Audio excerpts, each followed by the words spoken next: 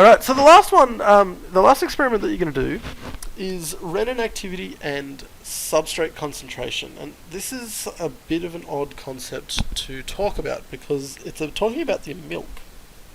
In our situation, it's talking about the milk. So if we have a test tube or a beaker, and we see, you just pour in 100% milk here. You've got 100% milk there. That's a high substrate concentration. All right, you're not going to jam any more milk into that little guy there. The milk protein's in there. It's saturated, but we can dilute it. We can add some water, and so we only we add half water and then half milk, and we're going to get half the amount of concentration. And so we can dilute it backwards, and we can lower the substrate concentration. And so we're going to test this idea of what happens if we lower the substrate concentration in our experiment.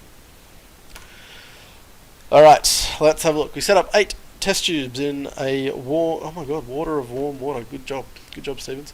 Anyway, so we've got a water bath of warm water. These are all going to be the same.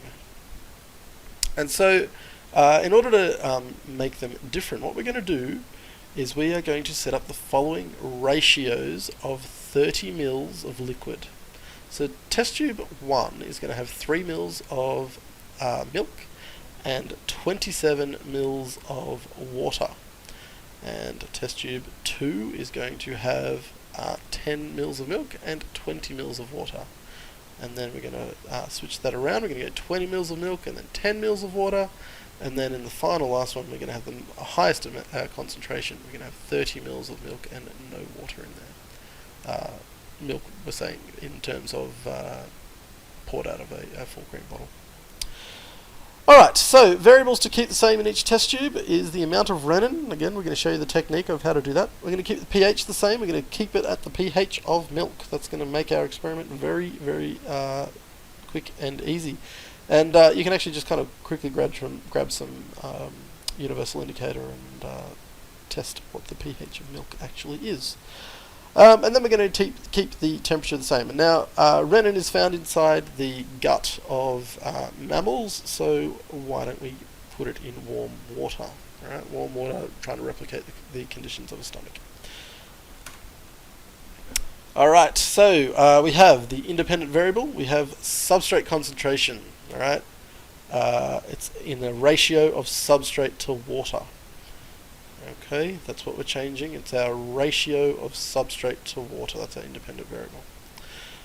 Dependent variable, it's again, it has to be be something that we can measure. And again, it's going to be the time it takes for milk to set. The quicker the time, higher the renin activity. Alright.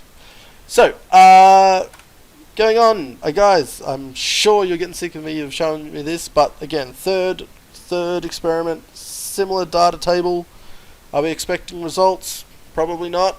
Are we going to see some results here? Yes, we will.